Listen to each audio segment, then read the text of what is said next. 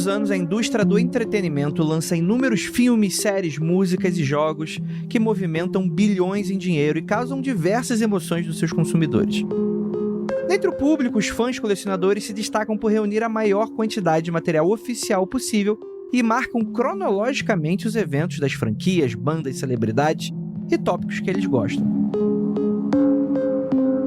Com o passar do tempo, alguns desses fãs perceberam que existiam certos materiais que não estavam disponíveis para o público, e ao procurarem respostas para essa pergunta, acabaram encontrando ainda mais mistérios.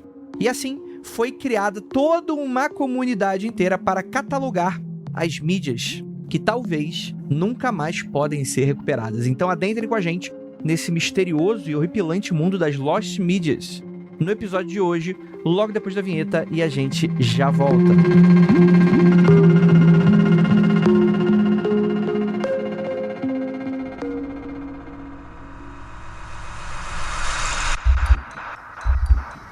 Não há nada de errado com seu áudio. Adentramos agora através dos seus sentidos. Estamos preparando você para o que vai acontecer nos próximos minutos. Além do que conhece por tempo e espaço, o contato com algo além. Não conte para ninguém e nunca olhe para trás, pois este é Mundo Freak Confidencial.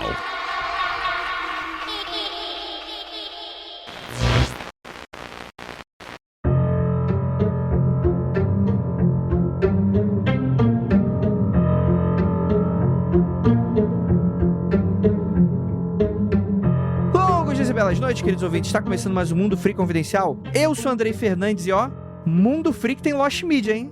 Tem uns episódios aí que nunca viram e nunca virão à luz do dia. Para me ajudar, temos aqui ela, nossa queridíssima Débora Cabral. Bom momento a todos. Eu gostaria de dizer que eu trouxe alguns outros exemplos aqui. A gente vai ter muito assunto para falar hoje. Eu tô muito empolgada. Temos aqui o nosso, olha aí, editor do Mundo Freak Confidencial participando mais uma vez, nosso queridíssimo Murilo Lourenço. E aí, meu velho? Oi, tudo bom, pessoal? E é isso que você falou, André. Eu tenho um Lost Media aqui de pelo menos 5 anos de extras que pode colocar vocês em problemas judiciais aí. E isso não foi uma ameaça. Opa. Não. Jamais. Alô, advogados. Murilo tá precisando de um aumento, é isso? Alguma coisa? Uma bonificação? Vamos valorizar. E temos ela aqui, nossa queridíssima Ira Croft. Oi, gente. Oi, ouvintes. Já quero dizer e já me desculpo por esse programa. Quem era para estar aqui era a Gabi Laroca, né? Que é a pessoa que também manja de filmes aqui. Quando a Nandinha me chamou, eu confesso que na hora, quando eu li Lost Medias, eu pensei que fosse mídias digitais, de coisas que estão se perdendo, porque tecnologia é muito rápido e tal, que também se chama Lost Media, entre outros termos. Aí eu fui ver a pauta, vi um monte de filme, eu falei, caraca, mano, era pra Gabi estar aqui. Beijo, Gabi. Mas vamos que vamos, gente, porque a pauta tá muito boa. Gabi imortal nos nossos versos. Eu gostei que a Ira... ela teve foi uma sofisticação aqui, uma elegância dela, da parte dela, não falar que, na verdade, eu briguei com a Gabi, ela tá demitida do Mundo Freak, ela nunca mais vai participar. E aí, essa foi o motivo dela não estar aqui hoje. Então, vamos manter essa fake news. Ela está chorando nesse momento? Não, eu que tô, na verdade, né? Ela tá muito feliz, na verdade.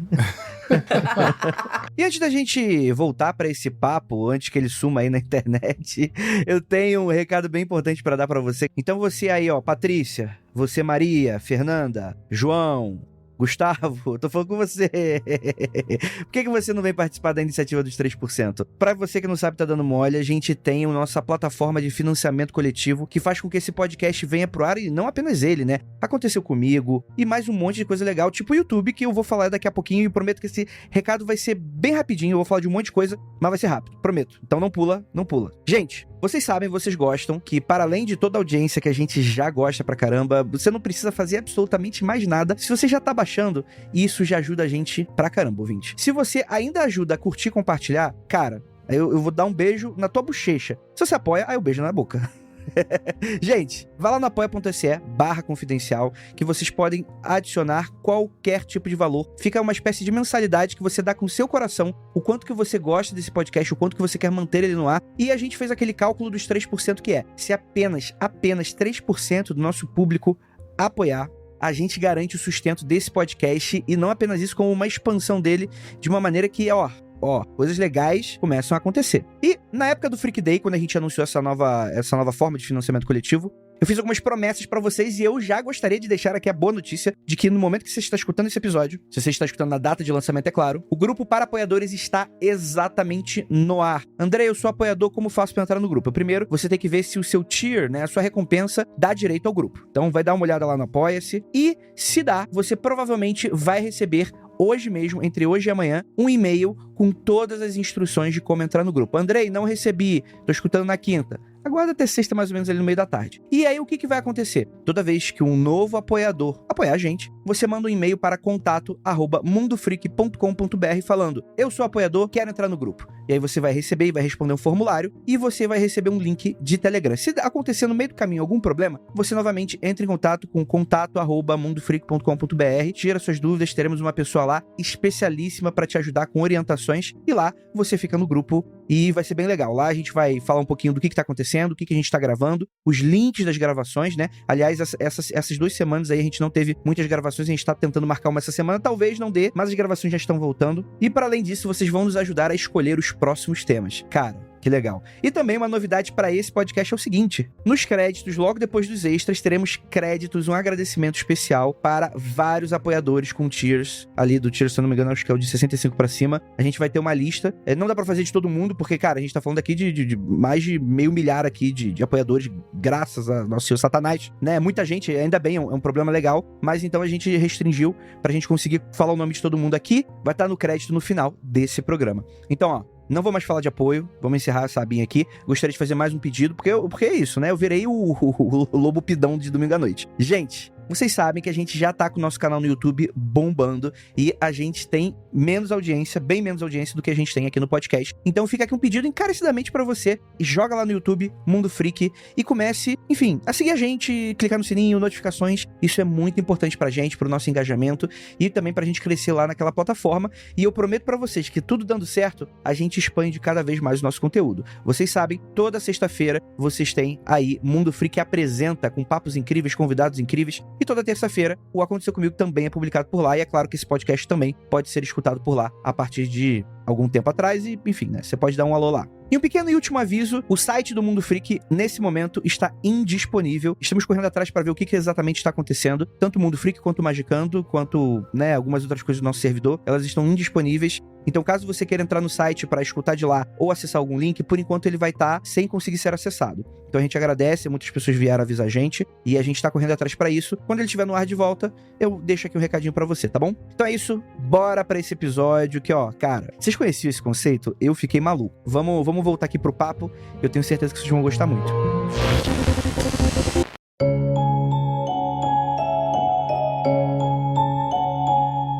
Galera, pra você que não sabe do que a gente tá falando, tá aí dando mole, uma mídia perdida, ou lost media no inglês, é caracterizado como qualquer mídia que não se encontra disponível em nenhum formato e nem pode ser acessada pelo público geral. O termo, ele abrange todo tipo de material audiovisual, desde filmes, comerciais, músicas, transmissões de rádio e até materiais de crime, né? A causa para uma mídia ser perdida pode ser inúmeros, né? Acidental, como por exemplo o incêndio que destruiu parte do arquivo do Produtora MGM em 1965. Tem aqueles que são mais propositais, como as fitas gravadas pelo casal de serial killers, né? O Paul Bernardo e a Carla Homolka. As fitas lá da Bruxa de Blair, né? Que também foram perdidas, meio reencontradas, meio perdidas. Mas aí, essa é a questão. Mas se elas forem encontradas, não é mais lost media. Aí não é mais lost media. Mas será que elas realmente foram encontradas? Exatamente. A versão do diretor do Zack Snyder de Liga da Justiça era uma lost media. Fica aqui apenas Meu Deus, não vamos apelar. Não vamos apelar. Era. Apenas era. Infelizmente, não é mais. deveria continuar sendo. Uma coisa que eu ia falar é que, assim, eu acho que esse conceito do Lost Media, ele é um conceito tão real e existe há tanto tempo, como a gente vai ver diversos exemplos aqui hoje, que fez com que o gênero found footage fosse criado, né? A gente tem, tipo, como a Ira tava falando, a Bruxa de Blair, como o Canibal Holocaust, que eles começam dizendo que é uma mídia que foi perdida e que foi encontrada. Então, tipo, um filme de ficção parte do princípio de Lost Media pra existir. Então, aí você vai ter, enfim, outras coisas também, né? Tipo, jogo, que é tipo Petscope, que não é um jogo, mas ele se passa por um jogo que foi perdido. Alguns RGs também, do tipo o Backrooms, que se passa por imagens encontradas, mas não são. Então, tipo, existe todo o gênero do found footage, a gente pode dizer que eles são meio baseados nesse conceito do Lost Media, né? E é um material muito que dá pano pra manga, essa coisa mais folclórica, né? Mais do... até mesmo da creepypasta, quando tu para pra analisar, né? Uhum. Principalmente no material dos jogos, assim, porque... muitos jogos são atrelados a consoles, né? Depois que eles são parados de fabricar, você não tem mais por onde fazer aquilo, senão um trabalho ou da pirataria, né? De maneira não oficial, ou do trabalho de museus, né? Ou pessoas especializadas naquilo que tentam preservar aquilo de alguma maneira, né? Mas isso acontece realmente em qualquer mídia. Você falou de creepypasta, né? Eu ia falar exatamente sobre isso, né? A metodologia, a criação da creepypasta, além de internet, além de rede, né? Ela tem o objetivo de se lançar para se perder também. De, desde uma história crescer, criar-se outras e se perder a origem, se perder como que aconteceu, até ter histórias que sumam e vire Lost Media também. Quando a gente fala sobre isso, né, esse termo é muito legal, porque eu já conheci esse termo já tem bastante tempo, mas porque eu acompanho muito canal do YouTube de gringo que fala sobre horror, né, essas coisas assim, né, creepypasta, etc, né. E aqui no Brasil, ele não foi muito um conceito que pegou, porque a gente...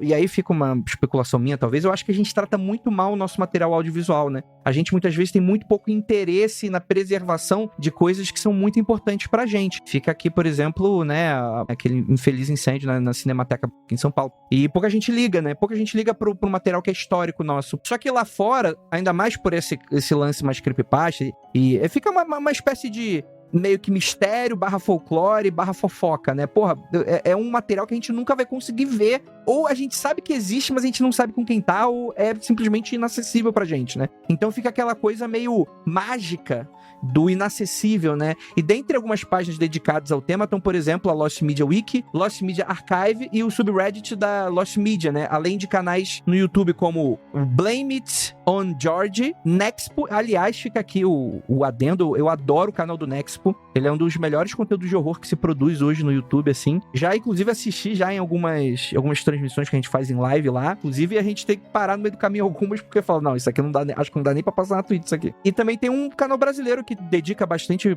tempo pra isso, né, que é o Lucas Nauta, então fica aqui o abraço e a recomendação também pra quem quer material em português sobre isso. E segundo a Lost Media Wiki, o maior portal dedicado a esse tema, você pode classificar essas mídias perdidas de algumas maneiras. Então tem uma lista de categorização aqui. A primeira delas é completamente perdidas, então a sua existência já foi confirmada através de informações adquiridas por fontes que são seguras, né? Pessoas que trabalham na produção em si, só que não está disponível para o público de nenhuma forma. Por exemplo, todas as cenas deixadas de fora da versão final de 2001, uma Odisseia do Espaço, que nunca foram encontradas, né? Então a chance disso ter se perdido para sempre é muito grande, né? A gente tem aquelas parcialmente encontradas, que são alguns pequenos trechos da mídia que foram localizados, mas o material completo está perdido. Cleópatra, o filme de 1917, do diretor do Gordon Edwards, dos 125 minutos desse material, por exemplo, apenas 20 de trechos foram encontrados. Então olha que louco, é um filme que a gente nunca vai ver. Uhum. Mas a gente sabe que existem os trechos, né? Isso é muito interessante, né? Tem um outro que eu não sei necessariamente se ele foi inteiro filmado, isso daí eu não me lembro, não me recordo completamente, mas assim, ele ficou tão famoso de existir só trechos de cenas de bastidores, de cenas de preparo e tudo mais, que virou parte de um filme, que eu estou falando, é claro, de Nicolas Cage como Superman, que a gente viu que ele ia fazer. É maravilhoso. A gente não conseguiu ver esse filme, mas ele ficou tão famoso que ele aparece no The Flash de uma forma triste. Horrível. Uma forma horrível, mas tá lá pra mostrar que, tipo, é uma coisa parcialmente encontrada, né? Tipo, não tem imagens inteiras. Não, né? excelente exemplo. Meu, e tipo assim, essa Lost Media, ela criou vários hypes, né? assim que lançaram, durante o tempo que se esperava o filme, e depois que não ia ter mais o filme, também, né? Ainda fica assim, todo mundo interessado se vai ou não acontecer, ou se não acontecer, só o fato de ter a foto dele, a história que não rolou o filme, ainda assim virou uma história nossa também, né? Exato. Mas aí é um negócio que eu gostaria de questionar, porque eu acho que não sei se a gente consegue, por exemplo, colocar como Lost Media algo que nunca foi produzido. Porque, por exemplo, eu lembrei da história do Duna, do Jodorowsky, né? Que não tem como falar que é uma Lost Media, porque a gente não tem acesso a algo que nunca foi produzido, né? Então fica aqui também o questionamento. Mas voltando aqui pra categorização, né? A gente tem aquelas Lost Medias que foram totalmente encontradas. A mídia anteriormente classificada como perdida foi totalmente encontrada, como, por exemplo, o The House of Devil, o filme do Georges Méliès, que ficou perdido até 1988 e uma cópia foi encontrada no arquivo de filmes da Nova Zelândia. Olha que loucura. A gente tem a de existência não confirmada, então isso vai pro lance mais de boato, tipo, ó, existe, mas não tem uma fonte segura de que realmente aconteceu. Então, apesar das especulações, por exemplo, em 2006, alguns usuários de fórum online passaram a discutir sobre a existência de um vídeo intitulado LOL Superman, que mostraria vítimas dos ataques do 11 de setembro pulando das Torres Gêmeas. Olha que horror. E indo ao chão de forma bem explícita, né? Credo. Esse vídeo teria sido postado nos primórdios do YouTube, mas foi retirado por ferir as diretrizes da plataforma. Não, esse nome é horrível, né? Tipo, LOL. Sim. Porra, LOL Superman zoando a galera que pulou, pelo amor de Deus. Não, é de extremo mau gosto. Mas pra dar uma melhoradinha no humor e no clima aqui, tem um outro de existência não confirmada, que eu acho que é bem interessante também, que é uma música do Helter Skelter, dos Beatles, que seria pro álbum branco. Essa música teria 23 minutos, mas algumas pessoas falam que eles chegaram a gravar, outros falam que eles nunca gravaram, que tipo, eles só foram pro estúdio, eles tentaram, mas eles não conseguiram. Então assim, existem pessoas que falam que essa mídia existe, tem gente que fala que não. Tem gente que fala que isso nunca aconteceu, tem gente que fala que só se perdeu a gravação. Caraca, eu jurava que existia. Nossa, tô chocada. Não existe a gravação de 23 minutos do Helter Skelter pro álbum branco, mas dizem que existiu. Assim, existe todo um complexo dentro disso, né, sobre Helter Skelter, entre outras coisas, mas eu achava que tinha rolado uma música com esse nome, porque existe outras mídias com esse nome também, filmes, mangás. Não, a música existe. Sim, não, a música existe, é que era uma versão de 23 minutos pro álbum branco, entendeu? Eles iam fazer uma versão maior, e eles não conseguiram gravar, foi isso, assim, tipo, na verdade, essa gravação ninguém nunca encontrou. Entendi. Algumas pessoas falam que eles, tipo, lembram dele tá lá no estúdio, tipo, o George Harrison, eu acho, tava com um cinzeiro pegando fogo, e ele dançando ali, tipo, enquanto eles estavam gravando, sabe? Só que nunca se viu essa gravação. A mítica dessa música é loucura, né? Então eu dei uma confundida. Não, então, mas Ira, acho que você tá lembrando dessa parada, por exemplo, a Helter Skelter, os caras falam que é o primeiro metal que foi gravado, música metal. E é essa que tem aquela conexão com Mason?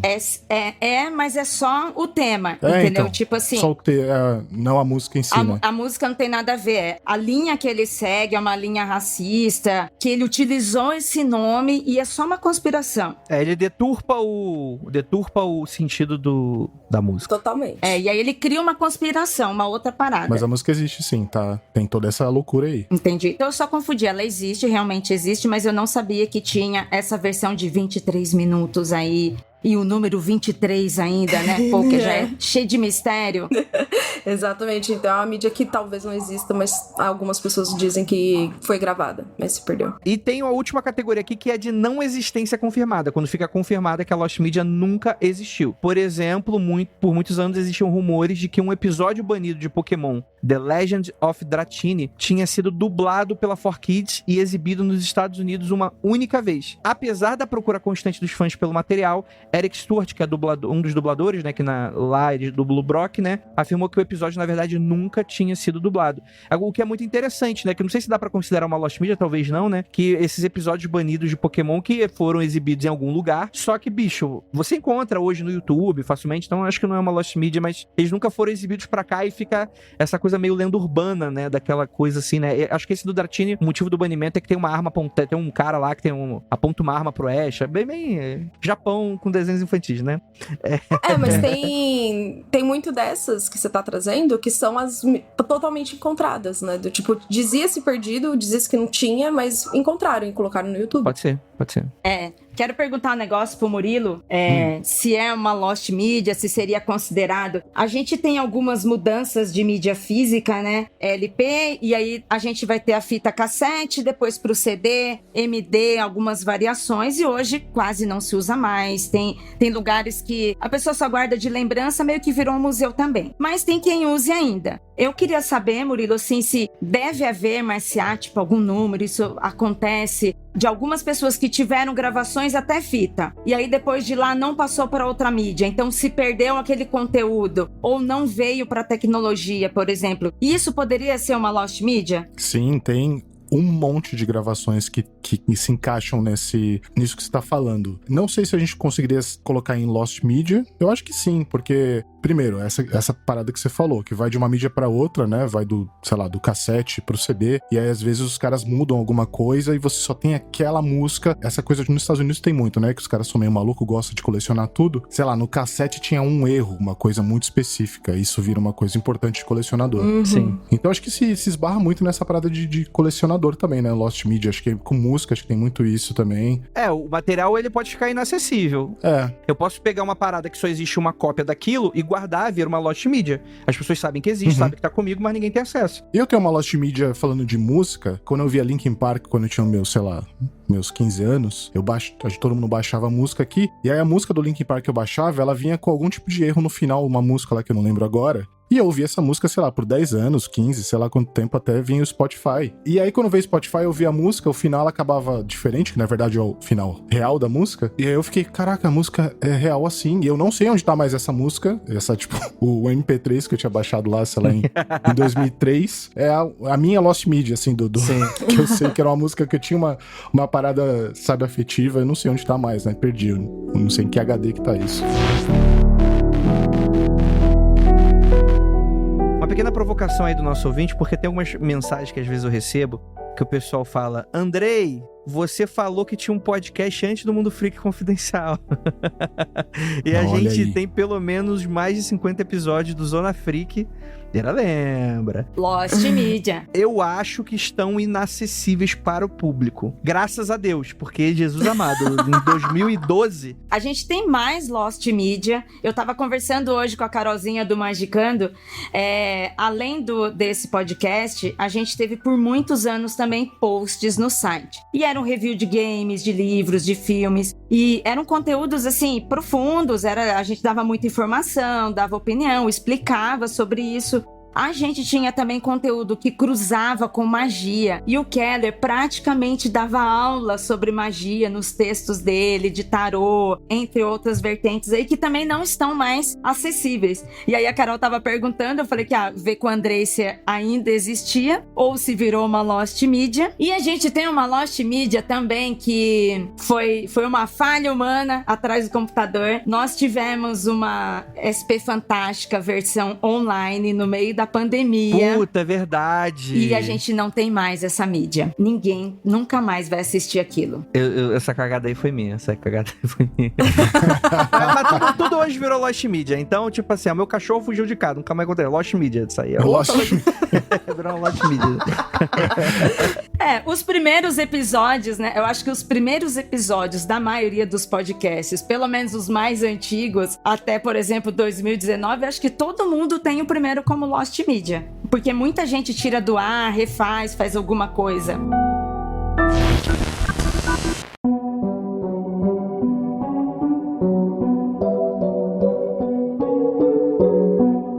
Vamos lá, galera. Os ouvintes estão curiosos qual a lista que a gente montou, e se você acha que faltou alguma Lost Media, você manda pra gente. Eu adoraria essa pauta. Ele tem temas que são mais abrangentes, né? Não são coisas necessariamente voltadas pra esquisitice, só como a gente fala. A gente fez um compilado geral, mas caso você tenha alguma recomendação, a gente pode fazer uma nova lista, comentando outras Lost Medias. Mas vambora. O primeiro que eu gostaria de falar aqui é uma mídia de 1926 chamado The Mountain Eagle, que na verdade é considerado meio que o santo graal de todos os filmes perdidos, né? Que é o segundo filme de ninguém mais, ninguém menos do que Alfred Hitchcock, que foi lançado em 1926. Mas, pô, um filme do Hitchcock, ninguém nunca vai conseguir ter acesso, e aí que tá, eu vou contar mais ou menos como é que funciona essa história, né? A ideia geral é que o filme se passa, né, é um drama mudo, que mostra uma disputa de amor entre uma professora com 3 homens de vidas e personalidades completamente diferentes, né? Então, entre os atores estrelando tá a Nita Naldi e o John Hamilton. O filme é produzido pela Emelka Film, na Alemanha, sofreu diversos contratempos na produção, então, assim, destruição de cenários, problemas de saúde do diretor, etc. E a exibição original aconteceu lá nos cinemas da Alemanha em maio de 26. E o filme foi vendido para os cinemas ingleses em outubro. Só que ele acabou não sendo muito bem recebido e foi ficando guardado por quase um ano. O Hitchcock, ele emplaca um sucesso logo depois, o The Lodger, A Story of the London Fog, que, então,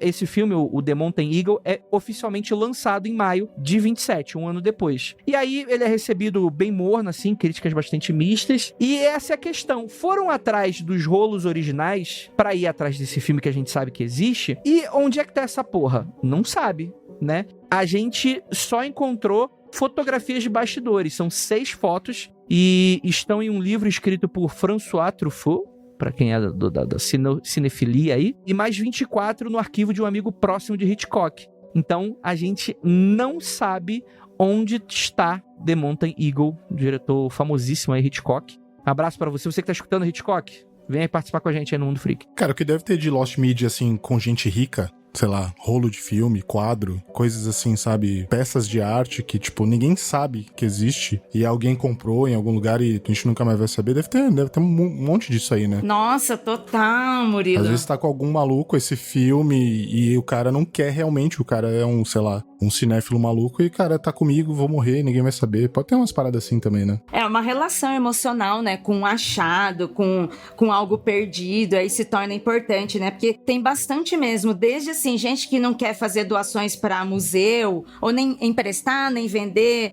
museu, galerias, bibliotecas, e até mesmo como registro histórico, né? Tanto você e o Andrei falaram, né? Pô, não só aqui no Brasil, mas a gente como humanidade, para ter registros assim, não temos tanto quanto deveria. E aí alguns desses artefatos, dessas peças que seriam importantes, algumas dessas pessoas adquirem, cria esse laço de poder, emoção assim, e também não põe pra frente. E aí ninguém sabe, ou quando se sabe também fica aquela dúvida, né? Sempre tem, você falou de quadros, né? Vira e mexe, se fala de quadros que estão trocando e se perderam, e qual que voltou, é real e não é, ainda preso nesse sistema de Lost Media. A Mona Lisa foi uma Lost Media, né? Tipo, até o começo do século XX, não foi uma parada dessa que tinha sido perdida e tal, alguém roubou um negócio assim, agora eu não vou saber os detalhes, mas uma das questões dela ser tão famosa que foi isso, foi alguém roubou, se eu não me engano, e depois acharam ela, então acho que talvez se encaixaria também por um tempo foi uma Lost Media, sabe?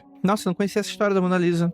Eu não sei os detalhes, mas tem essa parada assim, que ela não era esse quadro tão gigante assim até acho que o começo do século XX, e aí rolou esse roubo e tal. Tem um que eu tava aqui tentando procurar o nome do filme e eu não encontrei de jeito nenhum. Tem um filme do John Waters, que é o diretor do Pink Flamingos, que ele não mostra pra ninguém. Não tá disponível em lugar nenhum. Ele é o dono da única cópia e dependendo do evento que for, dependendo do quem que tiver lá no evento e tal, ele leva na maletinha dele, põe o filme pra rodar, pega de volta e leva. Então, ele é o único dono desse filme dele. E o filho da puta não faz uma cópia, assim, sei lá, Não. De backup. Vive a vida perigosamente.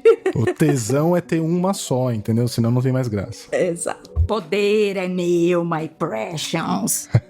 E tem também uma outra coisa que eu acho interessante de filmes, assim, falando desses, que são filmes que as pessoas não querem que sejam remasterizados. Então, assim, tem pouquíssimas cópias disponíveis, então não é uma Lost Media 100%, né? Ela é parcialmente, porque só existe graças à pirataria, tipo, graças a pessoas que estão colocando lá mesmo. Que tem 2 que eu queria trazer aqui também. Um do Kiss, que é o Kiss versus o Fantasma do Parque, que é um filme que existe alguns trechos no YouTube, você consegue achar numa qualidade tipo VHS passado pra VHS, passado pro YouTube em 480p. E é tão vergonhoso ver a forma como eles estão atuando que, tipo, eles não querem que isso seja remasterizado de jeito nenhum. Então eles proíbem a remasterização. E um deles tá atuando tão mal que ele é o que ficou melhor no filme, porque eles tiveram que contratar um dublador pra fazer a voz dele original Caceta. em inglês. Então ele acabou sendo o único profissional.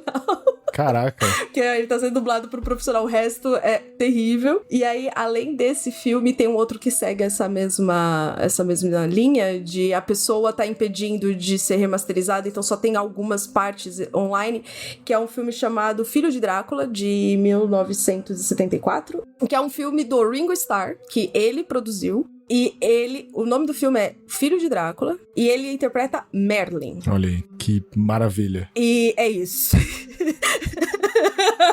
Tava inspirado, né? Ele tava inspirado. É aquela mochila, né? Com os Vingadores, o Homem-Aranha, as Tartaruga Ninja e o...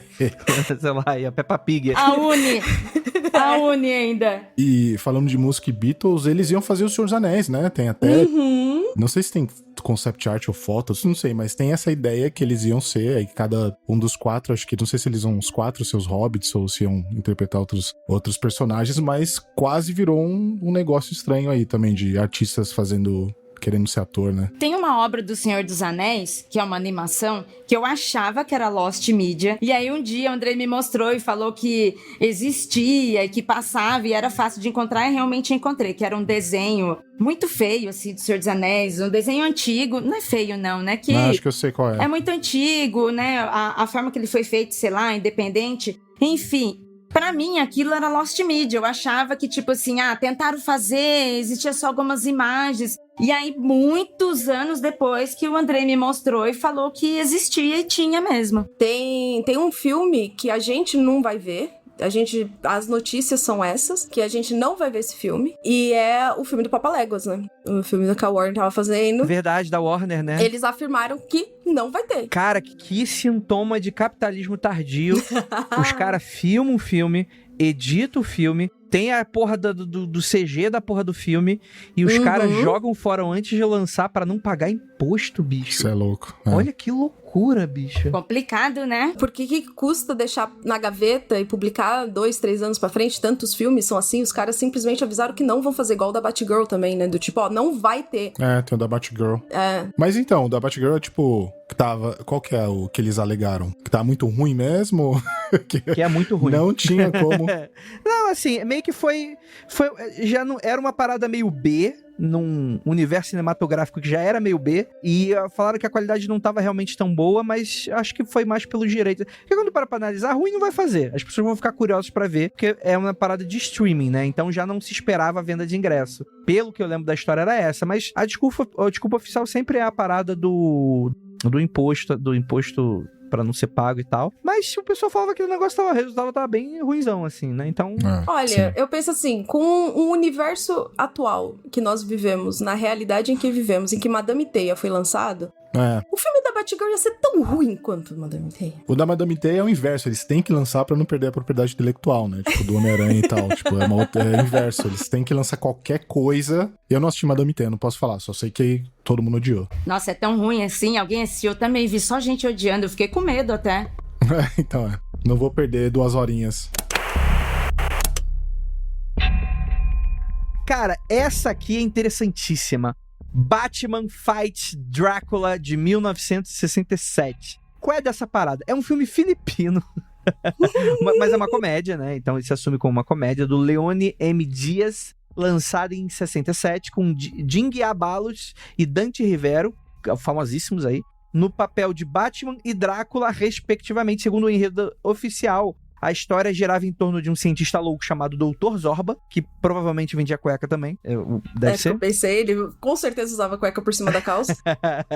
Clássico. Que após ser derrotado por Batman, decide ressuscitar o Conde Drácula para lutar contra ele. E o longa, olha que loucura, é baseado num filme experimental chamado Batman Drácula, dirigido pelo Andy Warhol, de 1964, que foi parte de uma exposição cinematográfica, só que a gente tem pouquíssimas informações sobre o filme e a grande maioria delas vem de material de divulgação que acabou sendo preservado, como o pôster oficial, que vai estar no post desse episódio, que mostra o Batman em confronto aí com o Drácula. E lembrando, gente, só para deixar bem claro, porque tem a galera confusa. Quando eu falo que o link vai estar no post, gente, no YouTube e no Spotify, não vai ter como colocar um link. Então, onde é que está esse link? Está no nosso site, mundofreak.com.br. Você vai no post desse episódio e o link vai estar lá naquela quantidade de informações malucas que a gente tem no nosso site. Mas vai estar lá. Se não tiver lá, aí vocês enchem o saco da Jay.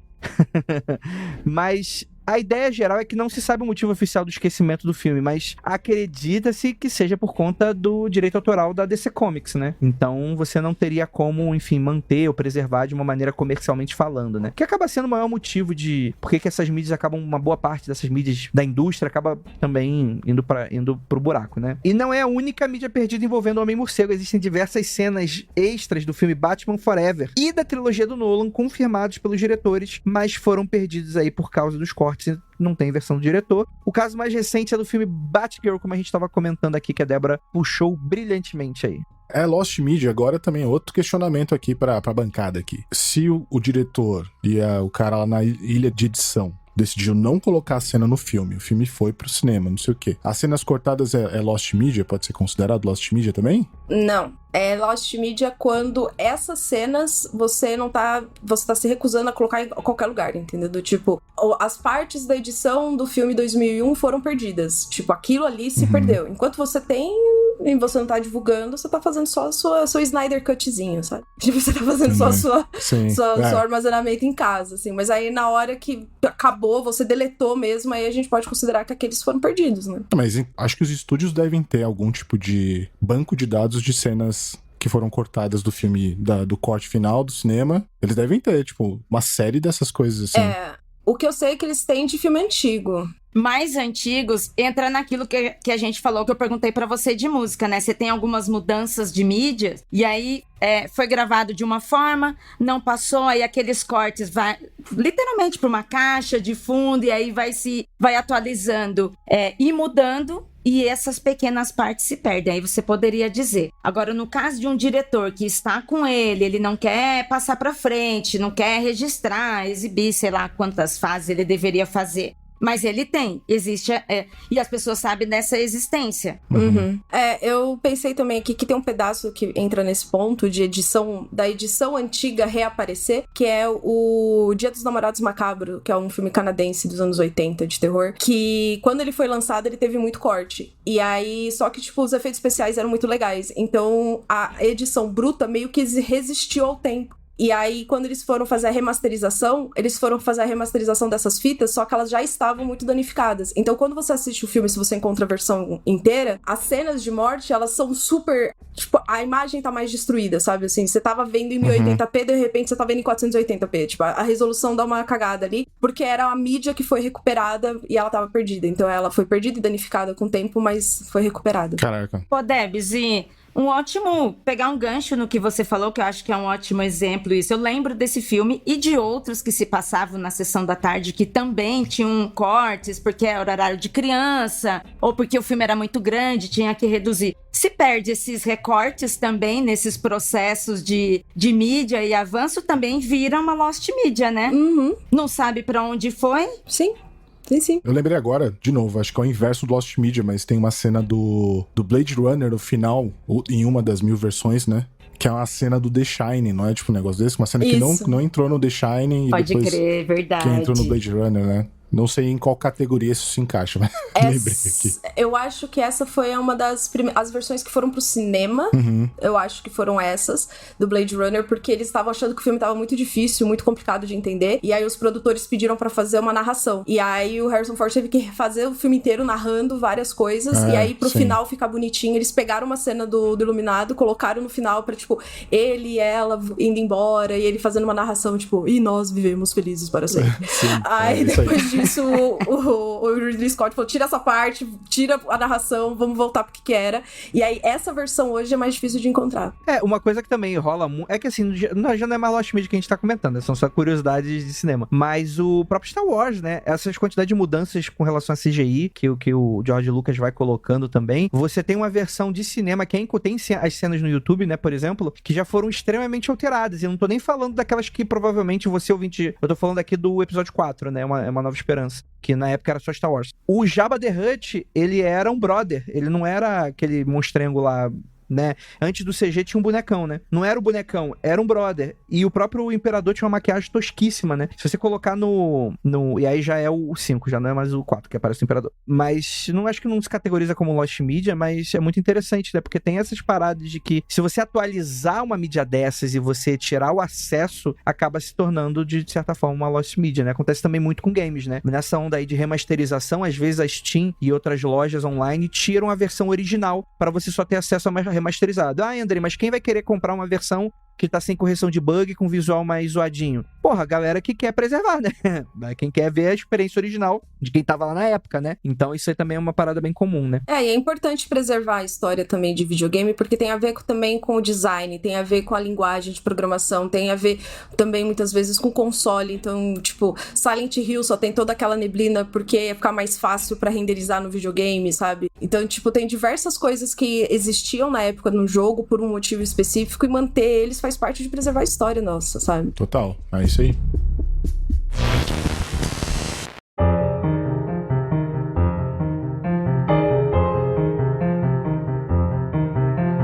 Olha aí, agora pros otacredos de plantão aí. Vamos falar de JoJo's Bizarre Adventure Phantom Blood, de 2007. Cara, pra quem não conhece, tá dando mole, JoJo Bizarre Adventure é um anime ou um mangá de gente bizarra também. Em 2007, cara, JoJo tinha completado 20 anos de existência do mangá, e ao mesmo tempo em que seu criador, o Hirohiko Araki é um nome de filha da puta, de trava-língua, né? Vai ficar na edição. Os erros vão ficar na edição já. Fala a primeira vez, depois chama de Hiro. Ó, sim, não, eu não tô conseguindo falar a primeira. Difícil, hein? É isso, o Hirozinho, o Araki. Vamos lá.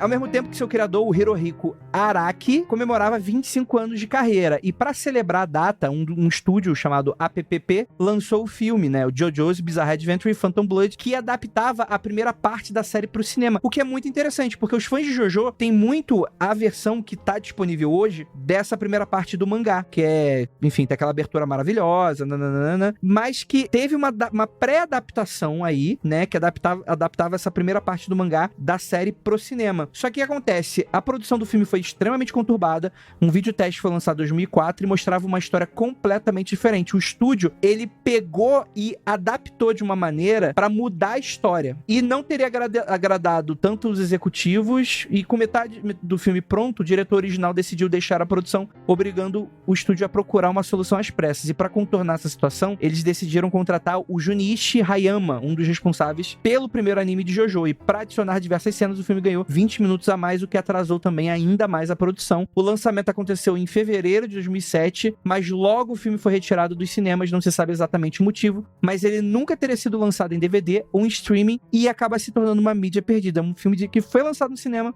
mas a gente não tem acesso a ele. Em 2012, surgiu no YouTube um compilado de 16 minutos com algumas cenas e storyboards, sendo que até hoje é o único material recuperado da obra, né? E quanto à origem, a filmagem foi entregue a ele, né, como parte de um projeto de um curso de design de som da Academy of Art University de São Francisco, por um aluno que acabou desistindo do curso antes de finalizar o projeto. Esse estudante nunca foi localizado e não existem informações de como ele conseguiu esse material. No caso, a pessoa que criou o canal do YouTube. Viajante no tempo. Pode ser. Claramente um viajante no tempo. É uma boa explicação. Eu aceito. Que voltou no tempo, pegou a matéria, colocou e saiu como um bom herói. Nós nunca saberemos seu nome. Parabéns, este herói que só fez isso com a sua única viagem no tempo disponível. Ele recuperou um pedaço de JoJo Bizarre Adventure.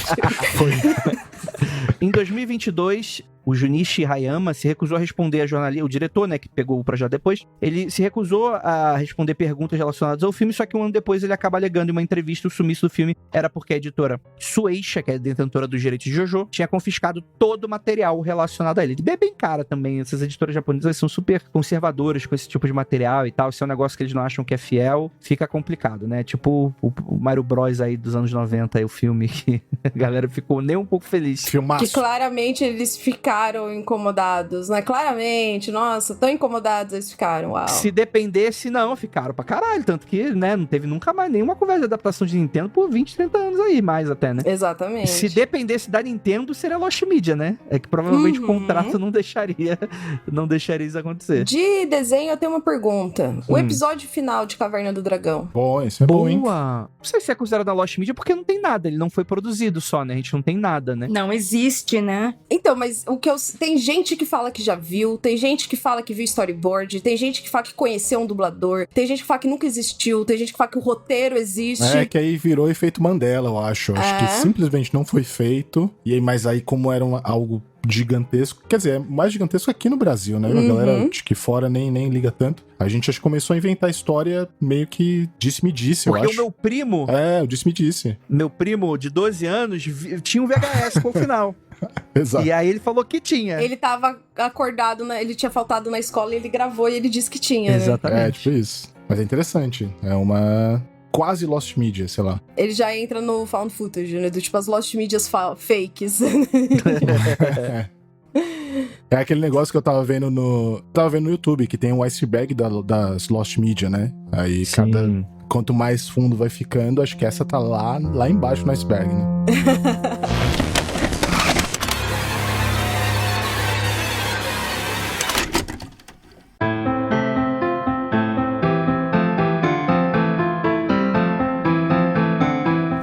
De música, The Beatles Carnival of Light. Durante a sua fase psicodélica, os Beatles realizaram diversas experimentações com a música, gerando faixas como Lucy in the Sky, With Diamonds e Tomorrow Never Knows. Em 1967, a banda foi chamada para produzir uma faixa exclusiva para um evento chamado A Million Volt Light and Sound Rave, que misturava áudio experimental, projeções e show de luzes, né? E quem pediu a música foi o designer David Vaughan. A música foi gravada de maneira experimental, em apenas uma tomada, e não recebeu um nome na época. Como o material foi exibido apenas no evento, muita gente nem ao menos sabia da sua existência e só foi confirmada pelo biógrafo Mark Lewison, no livro The Complete Beatles Record Sessions de 1988. E a faixa encontra-se hoje em posse de Paul McCartney, mas por conta de direitos autorais e discordância entre os outros membros, ela nunca mais foi exibida. Ele tentou incluí-la na coletânea The Beatles Anthology 2, mas o George Harrison foi pau no cu e votou para que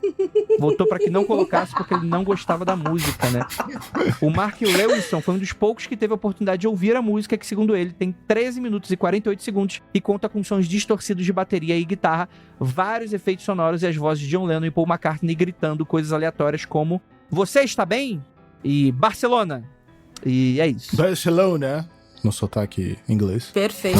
Esses são os arquivos que o Murilo tem da gente ali também, como Lost Media. Exatamente. No mesmo nível psicodélico, né? Tipo, o André gritando, Barcelona! Caralho, até o sotaque. É o demônio! Tem tipo, horas de É o Demônio do Rafa. Não, se eu gritar não vai ser mais Lost Media. Mas tem muito som aí, tem muita música do Lucas cantando, que nunca foi pro ar. Verdade, tem. Na época eu tinha pensado em fazer uma coletânea, Love Songs by Balaminute. Será que rola um discozinho assim? É você que tem que falar se existe essa porra aí. Andrei, baladas by Balaminute, por favor. Olha aí o marketing. Aí. Bala Times. Oh! Bala Times. Agora. Pô, mas essa coisa de gravação é uma loucura, assim, porque... Por exemplo, hoje em dia você grava umas paradas, tem HD e tal, você deleta, tipo, é um pouco mais fácil. Mas antes tinha essa parada das fitas, né? E a galera gravava e fazia o take por cima da fita. E aí você também perdia, sei lá, um take antigo e tal. Só que eu acho que no caso dos Beatles, como eles eram muito, muito fodas, acho que os engenheiros de som, eles guardavam as fitas, sabe? Tipo, eu acho que deve ter muita coisa dos Beatles ainda que não foi, não viu a luz do dia, assim. Inclusive, acho que foi ano passado que eles lançaram uma música que eles pegaram pedaço de voz do Lennon e tal, reconstruíram com IA, umas paradas loucas. Mas eu acho que com música é muito isso. Deve ter tanta coisa, assim, tipo, de acervo, nesses estúdios. É, teve aquela música que o o Justin Timberlake gravou do Michael Jackson, né? Que, tipo, ele só tinha uns trechinhos da música do Michael Jackson, ele fez a música junto, sabe? Ah, é. Não, quando o Michael Jackson morreu, o que os caras pilharam das coisas que tinham? Foi uma loucura, assim. Tipo, tem até a história dessa parada deles acharem coisa que ele tinha gravado e tal, que não tava completa. Eles acharam, tipo, uma linha de voz dele não tava completa e chamaram gente pra dublar, cara, pra, tipo, fazer mímica, sabe? Da voz dele.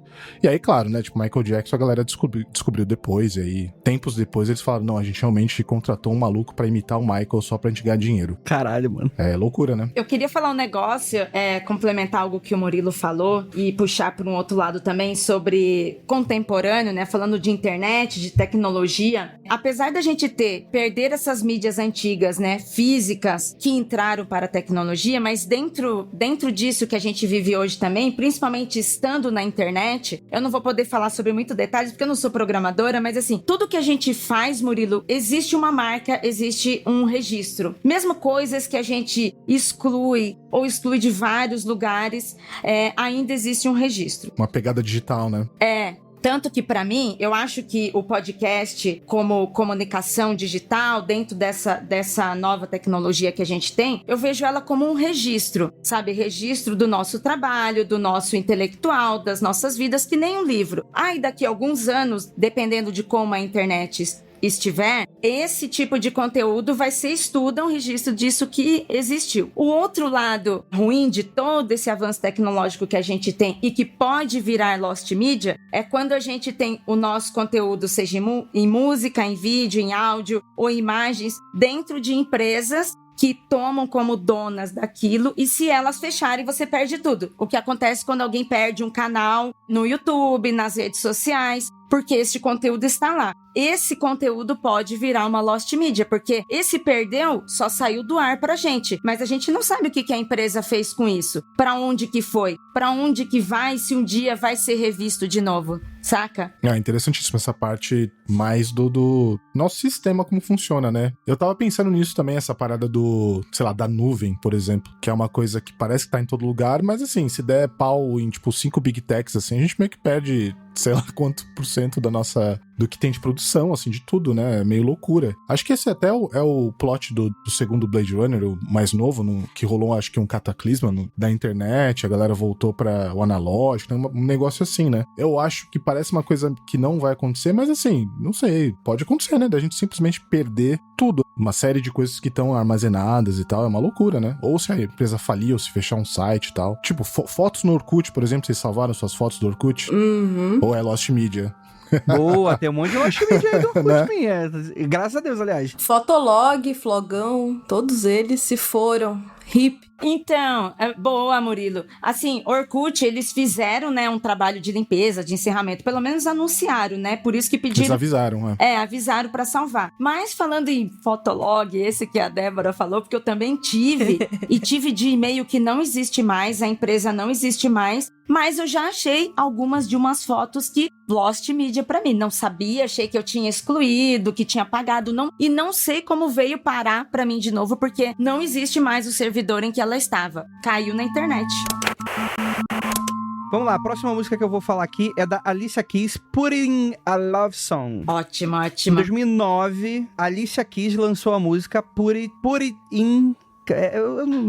Meu inglês nórdico aqui.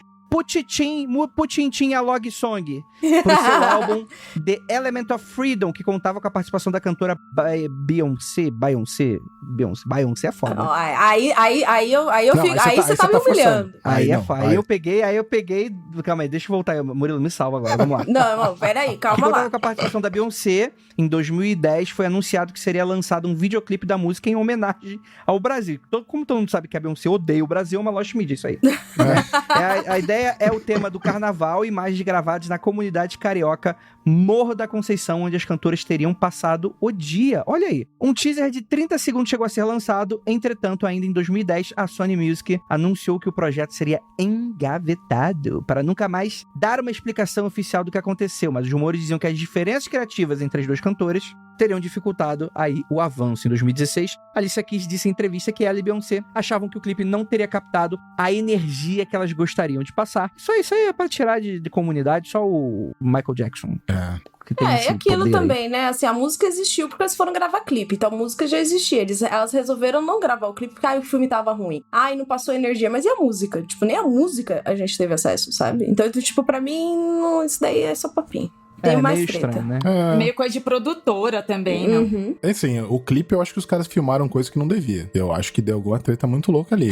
Pode ser, e aí... Não sei, é muito estranha essa história aí. Em 2020, ela foi questionada novamente sobre o videoclipe em entrevista ao portal Stereogum, e a Alicia se mostrou otimista e disposta a lançá-lo, embora admitisse que ela mesma não sabe onde o material está. Aí fudeu, né, minha senhora? Aí você quer me fuder, né? É isso aí. Fica aí, material pra galera que é fã de diva pop, um beijo pros fãs da Beyoncé. Esse daí, quem tiver mais dinheiro, aí essa Lost Media deixa de ser Lost Media.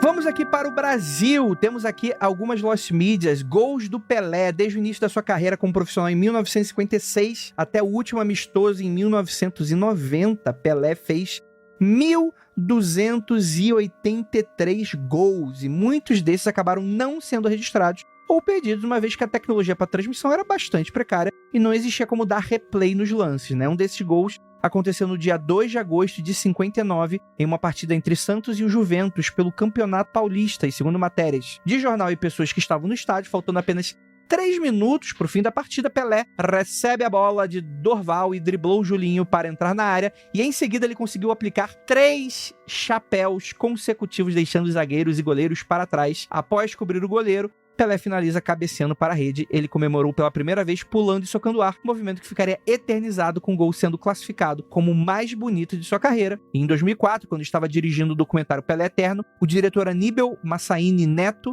e sua equipe decidiram procurar se havia alguma imagem do tal comentado gol, e eles procuraram em todos os acervos, mas não encontraram nada. E para efeito de ilustração, eles decidiram recriar o gol em CGI. Vai estar aí o vídeo para vocês no post desse episódio. Em 2009, um antigo diretor da TV Record, que não teve o nome divulgado, comentou que o gol teria sido filmado, mas que a filmagem foi destruída em um incêndio criminoso que teria atingido aí o acervo da emissora. Olha aí, ó. O gol que o Pelé fez, mas não gravou. Ou gravou e perdeu depois, né? Fica aí o apelo aí pra galera do futebol aí.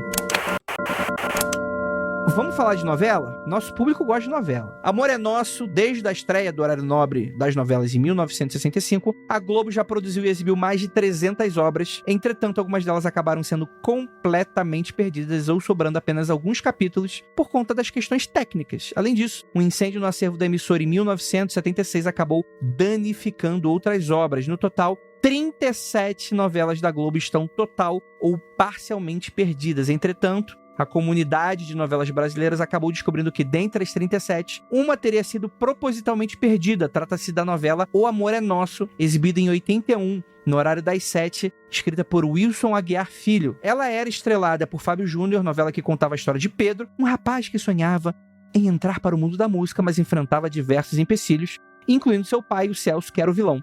A obra foi um fracasso de crítica e de audiência, fazendo com que a Globo precisasse chamar às pressas o escritor Walter Negrão para adicionar melhorias. Além disso, a novela também sofreu diversas censuras da ditadura militar da época, o que dificultava ainda mais o andamento da trama, e por anos, muitos se perguntaram o que tinha acontecido com as filmagens, já que a novela mal era mencionada pela própria emissora. Em 2000, um funcionário do Centro de Documentação da Rede Globo, CEDOC, declarou que os arquivos teriam sido descartados propositalmente, uma vez que a própria emissora queria esquecê-la. Em 2023, o diretor da Globoplay na época, o Eric Bretas, confirmou que a emissora não tinha mais os arquivos de O Amor é Nosso, se limitando a dizer que eles tinham sido consumidos pelo tempo. Então, pra galera noveleira aí, é muito interessante, né? Porque muito dessa, como a gente tá falando aqui até o momento, muitas dessas Lost Medias tem a ver com o não sucesso. E é muito doido isso, né? Porque parece que a gente tá elegendo o que pode sobreviver ou não. Tem obviamente que teria interesse em ver algo parecido com isso, né? Com certeza fica aí no imaginário popular, né? E tem também tudo que se perdeu durante a ditadura, né? Todas as obras que foram censuradas e os artistas que não conseguiram manter a obra, que perderam o arquivo e tal. Da ditadura a gente vai ter muita Lost Media de música daqui, eu acredito. De música tinha a parada que a galera riscava mesmo, né? A master dos LPs, e aí pra quando fosse replicada, a música não ia tocar. Então realmente tem várias histórias assim aqui no Brasil de músicas, de artistas, de músicas que a gente não tem mesmo nenhum tipo de acesso, que é a master, onde é o molde principal de onde gravaram as músicas, os caras riscaram, entendeu? Tipo, na mão. E aí não existe mais, é uma lost media real, assim, por causa da ditadura. Eu tô tentando encontrar aqui qual que é a novela da Record, que tem uma novela que a Record se recusa a dizer que ela gravou. E passou muito pouco e eles nunca mais falaram dessa novela, sabe? Tipo, e é antes de Mutantes, mas é uma novela da Record também. Que é aquela que some. o pessoal pegava sarna? Não, porque essa daí durou até eles conseguirem pegar algumas sarnas. Credo, sério, isso é real? Sim, Cassius Capim pegou sarna. Tem um outro que é uma Lost Media BR, que eu acho muito interessante esse tema. Inclusive, quem quiser, tem um vídeo do Gema Please fazendo toda a busca sobre esse jogo que existiu e simplesmente é uma Lost Media. Ele começa o vídeo falando que é uma mídia que se perdeu e ele conseguiu encontrar e conseguiu jogar, que é o incrível jogo Sandy Júnior Aventura Virtual de 2003. Esse jogo... Caraca! Ninguém sabe onde tem. E, tipo, ele conseguiu porque alguém tinha uma cópia e mandou pra ele, assim, tipo... Mas, assim, você não encontra isso em lugar nenhum. A empresa que fez não existe mais também e tal. Então, assim, você se perdeu completamente. Então, existe esse vídeo muito interessante do jogo Sandy Júnior Aventura Virtual. É jogo, tipo, de console, assim? Ou é desses flash que tinha no começo da... É de PC. Sabe, da internet? Que é aquele jogo de flash? Uhum. Não, ele é um jogo de PC mesmo, assim, tipo, aquele gráfico Lara Croft, peitos poligonais, assim, isso. E é meio deles stealth, tentando chegar em alguns pedaços específicos, meio fugindo de high laser, essas coisas todas, assim, câmeras de segurança. É uma coisa meio maluca.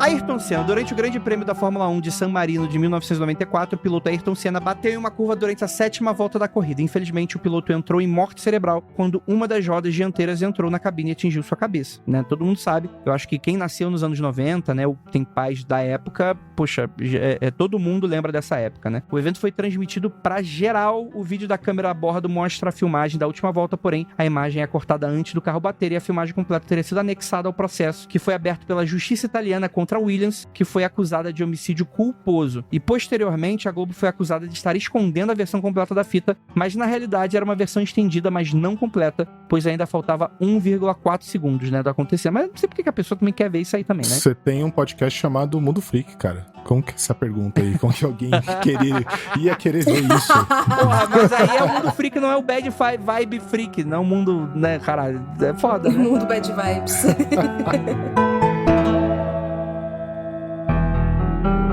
É isso, ouvinte. O que você achou desse episódio? Gostaria muito de agradecer essa mesa maravilhosa. É você que chegou aqui até o final. Mas, galera, o que faltou aí? Que Lost Media vocês querem que a gente comente? Deixa aí nos comentários e a gente talvez grave uma parte 2 se a gente tiver um número interessante aí. Queria muito agradecer essa pauta que foi mandada de presente pra gente pelo Rodolfo Brenner, né? Que foi revisada aí pela Jay também. E é isso. Gostaria de agradecer vocês que chegaram até aqui. E aquilo. Não olhem para trás.